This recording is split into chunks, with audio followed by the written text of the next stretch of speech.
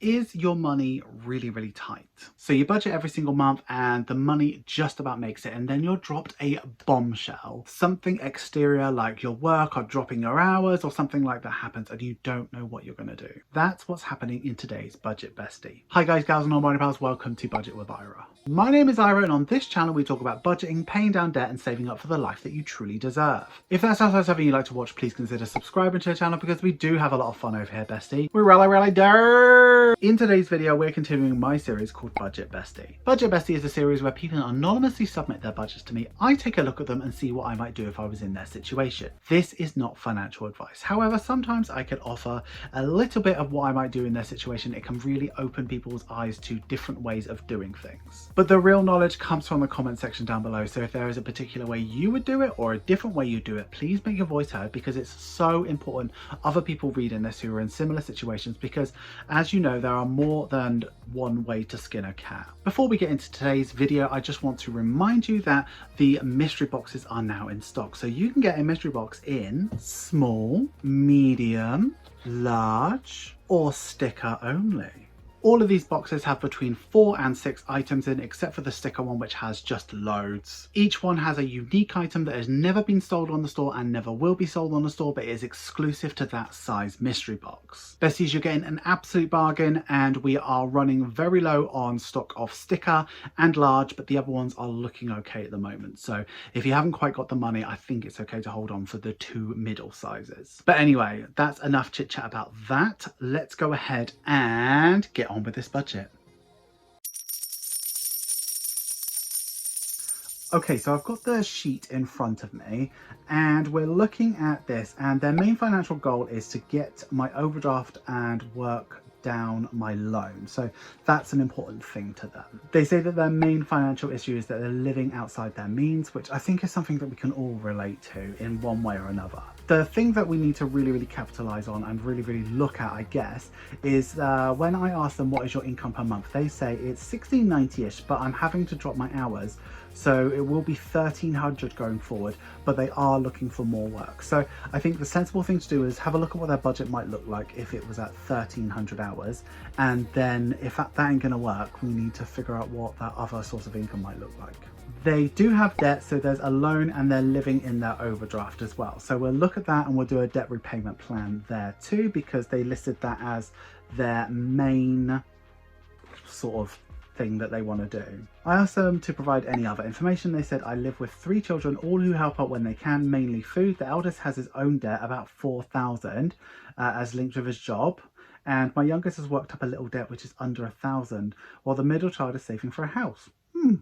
She actually got me watching your channel. Hopefully you can help, and I will do my best to help you. So this one's going to be a bit interesting. We're looking at it twofold. What is the budget going to look like when we have all of this reduction in hours and money, and what can we do with that? And if we can't do anything with it, what do we need to do? So Bestie, let's take a look at it. Okay, Besties, here we are with the A4 Paycheck Bill Tracker. This is a pad of 25 sheets, really good for people who make mistakes or like to envision different things, or their budget is very variable. This is the A4 version, and the A5 version is currently out of stock, but a new updated design is going to be in the store very shortly. So let's go ahead and get this budget done. Starting off, we have income, and I'm going to list this as income 1 because I do have a feeling that we are going to need to do something about that. But they said that very soon their budget, their income is going from $1,690 down to $1,300. So let's say their budget is $1,300.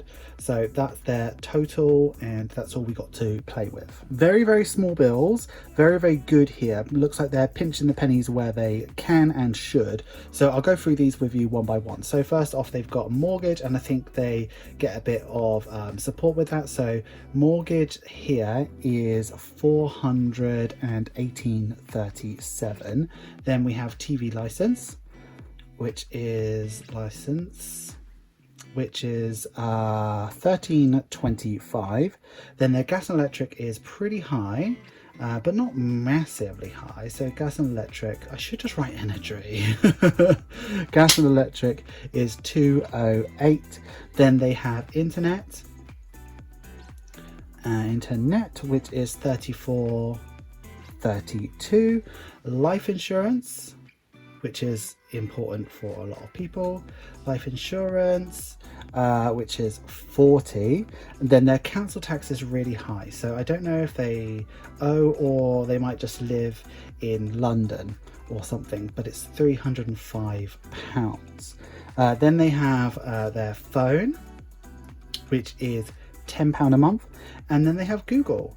And I'm not sure what this is for, but it's £1.59. It's really small. So all of that comes up to £1,030.53. So based off of £1,300, they've got £269.47 left over. So next up in envelopes, they say that they've only got one envelope, and it is a combined one, food and spending.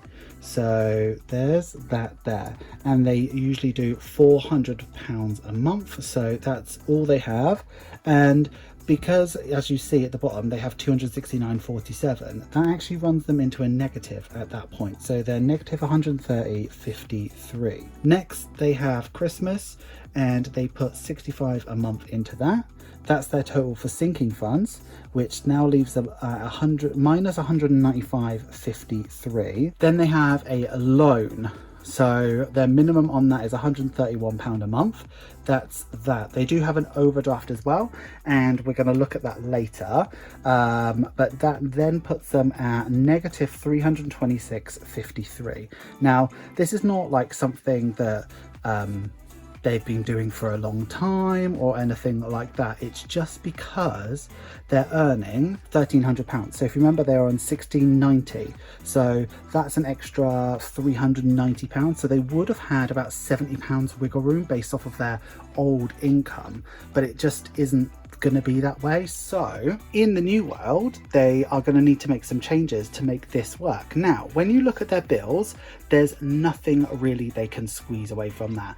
They could stop having internet and they could stop having Google, but that's not going to reduce it by enough. Do you know what I mean? So we need to make more changes, and they did say that they will be actively looking for another job. So we're going to add in income 2, and we're going to assume it's going to put them back to the position they were in, so £400, which will then put them on 1,700. So remember, they were on 1,690, so they're back in the same situation they were. I'm not actually going to change anything with bills either, so it just makes them a bit more healthier at 669.47. I am going to make some changes here because we need to make some savings if we want to pay off debt, right? So I wouldn't be doing food and spending in one category. I'd split them up. So food, spending.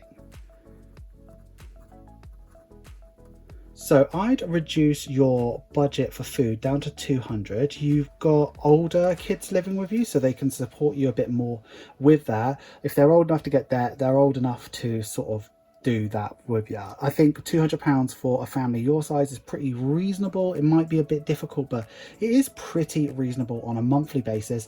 And then if they're chipping in with food as well, it'll really, really help. I'd give yourself £80, so £20 a week for spending. That'll take you to £208 and give you £389.47 left over. I would introduce 2 sinking funds just for now. So the first one I'd introduce would be emergency, and the second one I would introduce would be birthdays, just for your kids, because I think I'd be gutted not being able to enjoy that with them. So I'd do £100 a month for emergency until you can get to the place where you've got 3 to 6 times your income that you need, because losing your hours, that is an emergency. That's what you'd rely on an emergency fund for, but you don't have it. And then I'd do £20 a month to birthdays. That comes to 185, which leaves you with 204.47. Then I would make your minimums to your loan £200, which will leave you 447. So a tight one. But again, if your kids are helping you with food, as you say, you should be okay with that. So let's look at a debt repayment plan. So I'm just going to do it here. So you've only got one, which is loan, and you owe 4,100. Your minimum on that is 131, but when you add the £69 to it, it makes it £200. So when you do £200 as a payment every single month, so it's 4,100 divided by 200, it's going to take you just under 20 months to pay that off. Now, if you get a side hustle or a second job that is earning you more than £400, you can throw more at your loan, pay it off quicker. And then what I would do once you have that £200 is to pay off your overdraft. So once your loan is gone, I do your overdraft, and then it's 5 monthly payments of £200, which will clear your overdraft of £1,000. Then you've got it available to add into your sinking funds, and you can add more and take care of yourself a bit more. But that's the approach that I would take with this budget. It's a super tight one, and it is, you know, really difficult. There's not massive margins to play around with, but I feel like this is the best approach if you're really trying to tackle this loan and do stuff. As I said, there isn't very much wiggle room in here, but it's all dependent on getting that extra bit of income, because without it, you're running into a negative bestie. Hi guys, and Empire Pass, thank you so much for getting through to the end of the video. You know I love it when you get through to the end of the video. Please give this video some love, make sure you like, comment, share and subscribe, and if you are going to comment, please use this emoji. I spoke a lot at the start of the video about the new mystery boxes, but remember, there are still a couple of advent calendars available, so if that's what you're after, bestie, you should go ahead and get one, because they are absolute bargains and it's just such a lovely winter treat. Just look how cute and pink she is. Thank you so much for getting here, but an extra special thank you to the channel members and the patrons who make all of this possible. I truly mean it when I say without you, I would not be here. Patrons get exclusive content, sneak peeks and significant discounts off my Etsy store. So if you'd like to join them and support me over on Patreon, please take a look at the link in the description. You will not regret it, bestie. That's all we have this week for Budget Bestie. But until next week's Budget Bestie, I would like you to have a wonderful day, have a wonderful week and have a wonderful budget. Always remember, don't trust Ira. And bestie, I'll see you in the next one. Thank you so much for watching. Bye bye.